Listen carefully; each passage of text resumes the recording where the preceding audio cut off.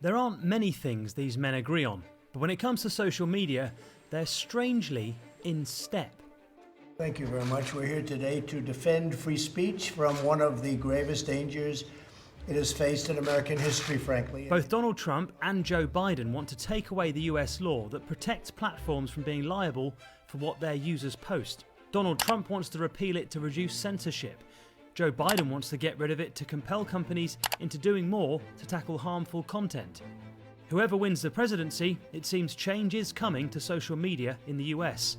Elsewhere, lawmakers around the world are also trying to grapple with the issue of hate speech and harmful content.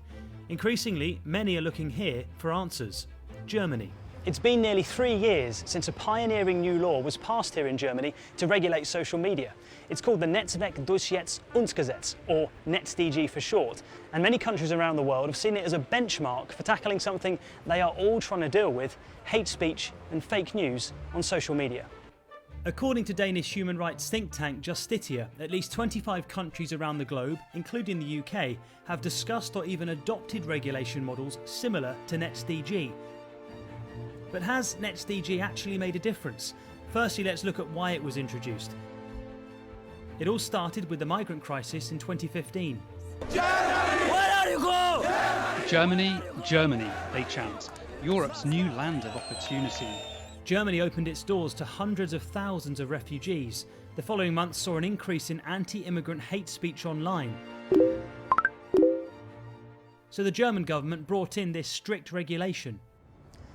The three main principles of this law is that any social network with 2 million or more users must provide an easy-to-use mechanism so people can report content that they find offensive. The social networks must also delete anything that's obviously illegal within 24 hours or face a maximum £45 million fine, and they must provide every 6 months a transparency report which details any harmful content they find on their services. Literally within 3 days, its effects were felt. Yeah, Hitler. He's on a lot of Titanic magazines. Titanic magazine is Germany's biggest satirical publication. They were the first victims of NetzDG when they got suspended from Twitter after posting some spoof racist tweets mocking a right-wing politician. Twitter, in this case, thought that this is racist. I mean, it is. Of course it's racist, because we are a satirical magazine and we're just quoting what she already had said. The move sparked outcry. Critics said that this showed that so-called over-blocking was happening, where social networks played it safe and removed lots of content to avoid fines. But Titanic did get its account back within a couple of days, and actually Moritz and his team say NetzDG has generally been positive. It hasn't affected Titanic very much since then. I think NetzDG is, in its core, is not bad. According to a new independent report commissioned by the German government, the law has broadly made a positive difference. The NetzDG evaluation found no evidence that social networks overblocked content. Researchers found that although some items needed more time to be analysed, social networks had taken action on most within 24 hours. Only one fine has so far been issued.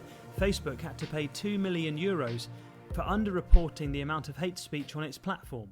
But has there been any trickle-down effects to make social networks generally safer and nicer for everyday users? Verena is an influencer. She says the majority of her online life is positive, but if NetzDG was meant to reduce nastiness online, it hasn't worked.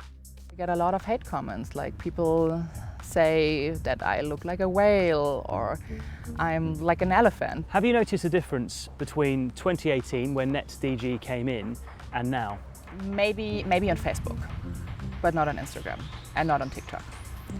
It was a process to be here right now, to be cool with myself and to be strong and self-confident. Critics of NetzDG, including the social networks themselves, argue it's too strict and is harming free speech in Germany. And there are concerns the law is being used as a template for censorship in other less free countries like Turkey, which recently passed a similar law. According to Justitia's analysis, 8 of the 25 countries considering NetzDG-like laws are classed as having an internet that's not free, and a further 12 are classed as only partly free. It's a trend that's troubling German lawmakers. If there is no freedom of speech anyway in your country or it is restricted, then of course, yes, a NetzDG would help you to do the same restriction of free opinion, and this is what we would not share. Later this month, Facebook will launch its Oversight Board, nicknamed the Supreme Court for Moderating Content. Its board will assess the decisions of both Facebook and Instagram. But it's still up to each country to set its own laws, and whilst many have looked to Germany for answers, soon all eyes may turn here.